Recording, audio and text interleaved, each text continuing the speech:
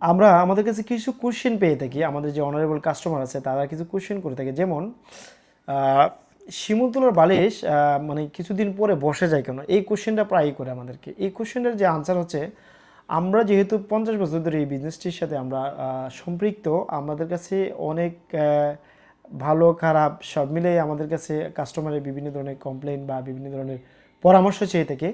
আসলে প্রাকৃতিক যেহেতু মানে শিমুল তুলাটা প্রাকৃতিকভাবে উৎপন্ন হয়, তার যে ফাইবারগুলো আছে ফাইবারগুলো মানে কিছুদিন পর পরে কি হয়, রোদে শুকাইতে হয়। মানে অর্থাৎ বালিশটি যদি আপনি প্রতি সপ্তাহ কিংবা 2 সপ্তাহ কিংবা 1 মাসের ভিতরে একবার হলে রোদে দেন, তাহলে এটার যে ফাইবারগুলো আছে ফাইবারগুলো ন্যাচারালি একটু আবার মানে একটু ফুলে যায়, বালিশটা আবার জায়গায় চলে আসে।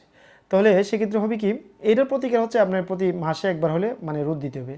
আবার কেউ কেউ বলে যে আসলে যেহেতু আমরা আমাদের শিমুল তুলাটি 1 কেজি পরিমাণে আমরা কি করছি, এটা কাস্টমাইজ করছি, সেক্ষেত্রে বলে যে একটু মানে উঁচু হয়ে গেছে। আসলে উঁচু হয়ে যাওয়ার জন্য আমরা যে কাজটা করছি সেটি হচ্ছে একটি জিপার আমরা যেহেতু দিয়েছি, এই জিপারটা খুলে, এই জিপারটা আপনি খুলে এই তোলাকে কি করতে পারবেন, একটু কম বেশি করে নিতে পারবেন। হ্যাঁ, যদি বেশি হয়ে যায় তাহলে সেক্ষেত্রে অনেক মানুষ আছে ডাক্তারের পরামর্শ দিয়ে আপনি একটু নিচু বালিশে ঘুমাবেন, একটু অথবা একটা মিডিয়াম একটা বালিশে ঘুমাবেন। সেক্ষেত্রে সে কাস্টমাইজ করে নিজে নিজে কাস্টমাইজ করে নিতে পারবে। আমরা সুন্দর একটি জিপার দিয়েছি, জিপারটি লং লাস্টিং করবে।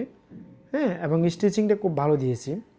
এটা হচ্ছে কি, এটার প্রতিকারের জন্য এই কাজটি করতে পারেন, তাহলে আপনার এই বিষয় থেকে সুরক্ষা পাবেন। আশা করি ব্যাপারটি বুঝতে পারছেন।